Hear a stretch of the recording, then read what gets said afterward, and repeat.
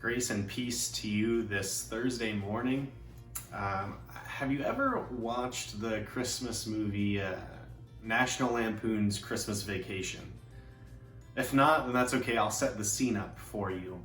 It's Christmas Eve, and everyone's gathered around the Christmas dinner table with you got the uncles and the grandma and grandpas, the kids, mom and dad, and everyone's gathered around to eat dinner.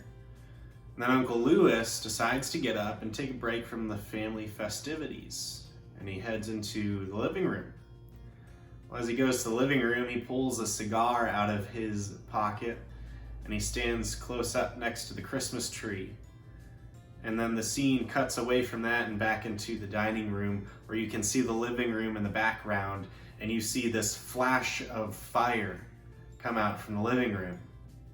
Everyone runs into the living room to see what happened, and you have Uncle Lewis smoking his cigar in front of the Christmas tree, not aware of what just happened. Well, it wasn't exactly a Christmas tree anymore, it was just a bunch of brittled sticks, and the leaves were just dust on the ground. And of course you have the famous line, well, it was an ugly tree anyway, right? It was an ugly tree anyway, so don't worry about it. Well, our text for today, as we've been going through 2 Peter, the whole book of 2 Peter, we're going through chapter 3. And in this chapter, Peter's talking about the future, about what's to come, and that is a new heaven and a new earth. And yet there are other things that tend to happen too before there is officially a new heaven and a new earth. And he starts to talk about a fire that's burning up everything to level it into ashes, to make it completely gone. And he says that the future where Jesus comes again, his second coming, will be like a thief in the night. We won't even know. It'll go up in a flashing fiery haze, like we see in Christmas Vacation, National Lampoon's with the Christmas tree. Just a certain flash and it's all gone. It's all gone.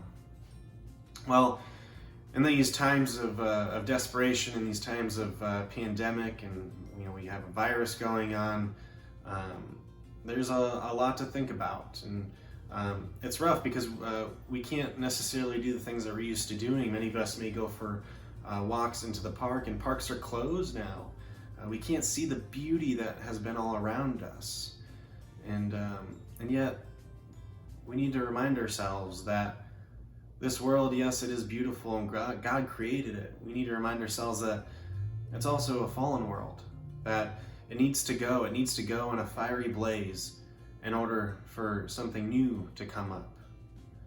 And I want to challenge you for today. I want you to look around. There's flowers that are blooming around your house. Everything's green, unlike it is in Wisconsin, everything's white. But everything's green and beautiful around us, and but we also are reminded of darkness with the virus, and we can't exactly enjoy this beautiful weather like we're used to, because there's something dark like this virus that's keeping us from doing it.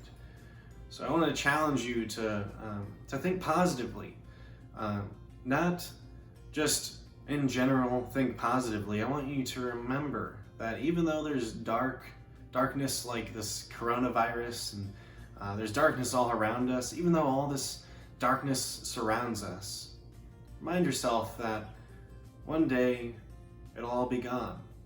And yet, just as the sun sets, there it rises once again anew. And that is when Jesus comes once again. He comes and makes things all things new. So I want to challenge you to think positively with hope. Hope in mind that there's a new future ahead, that a new beginning rather, that Jesus will start all things new again, and that these things like viruses will never be thought about again, because we won't have to live in a broken world. We'll live in a new created world that God made perfect.